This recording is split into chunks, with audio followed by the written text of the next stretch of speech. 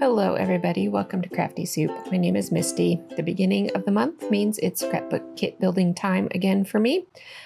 This time around, our hostess chose, let me see if I can scroll all the way up here, a scrapbook kit from My Creative Scrapbook. And honestly, I don't know a lot about this company. This is a view of their previous kits, and if I can find... here we go.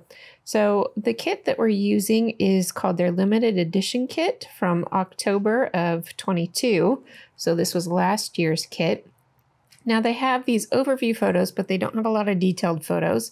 So luckily our hostess was able to get us those photos. But first, if you want a full unboxing of this kit, City Scrapper over on her YouTube channel has an unboxing, and I will link you up in the comments below and up in the corner as well. I'm going to take a very quick look through this kit, starting with the pattern papers. A lot of these pattern papers are very watercolory, floral pattern papers. I believe they're all from 49 and Market. I could be wrong, but they all look like they have the same color palette and the same tones there. So I'm pretty sure they're all from 49 and Market. Included, this is a screen grab I did of City Scrapper's unboxing. Included in this kit also are these cut apart sheets. Here is sheet number 1 and sheet number 2. So we have lots of florals, pinks, greens, peaches, and some blues. Okay, here is the ephemera, the Alina ephemera bits from 49 and Market that goes with this collection. You can see there are a lot of bits in this collection, but if you take a look at them all laid out, some of these frame elements, if you watch that unboxing video, are like the size of my hand, the size of her hand. So these are rather large elements, and then we have tickets, florals, and smaller elements tucked in there. There is a laser cut package of embellishments as well, and this is what those look like when they're all popped apart. So we have some kind of ribbon elements, and what else is in here? Some metal looking elements, more tags, butterflies, florals. There is a laser cut pack of chipboard florals, and I think that's from Prima. That looks like Prima's logo there. What else have we got? Some of the classic Prima florals, so those are included in blues and peaches. And then there's also a stencil. So let me go ahead and show you what I did taking this inspiration. So life has been really busy around here, and now I think I might be coming down with COVID. My daughter has it, so I think I'm next to test positive.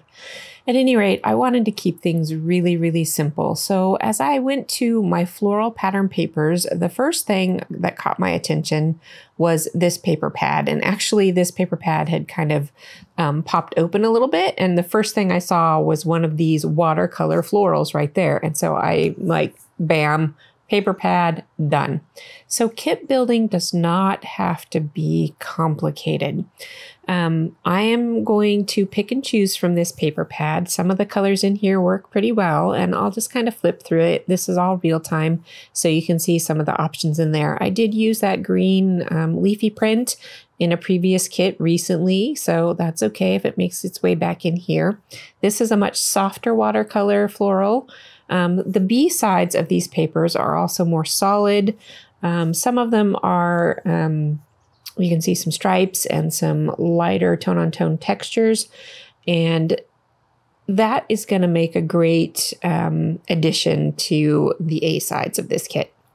And then there are some cut apart cards in this paper pad as well. So that is going to be some of my embellishing. And you'll see as we get to that, what I will do with the rest of my embellishing. So that right there is going to be it for my papers this time around, except you'll notice in the background, I did grab a couple sheets of craft cardstock. And that's because that is going to play into some of my embellishing. Now you'll notice that Or if you noticed, there was the laser cut apart florals that were on a craft chipboard. So I'm going to use some dies, and here is one option. These are dies from hot off the press. And then these dies are from scrapbook.com. So I've got a variety of different floral kind of elements here. This little, I forget what that flower is called, but that one is great for mixing and matching between different pattern papers. So that is going to be that part of my embellishing. I did pull out my little tab punch because there were a lot of tabs in the kit. And I pulled out some word strips, and these are just Tim Holtz. And what's nice about these is that they come in white and craft. So that's going to tie my craft color palette in with my floral pattern papers.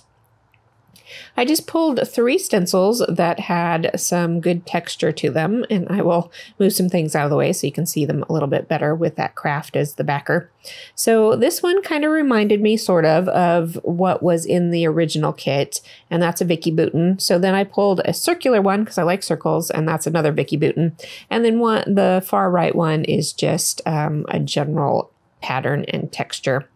I will pull mixed media to go with these stencils as I go throughout the month, since I don't want to think about it too hard right now. Then I also pulled this stamp set from Hot Off the Press, and I'll link you up to their website if you don't know about them.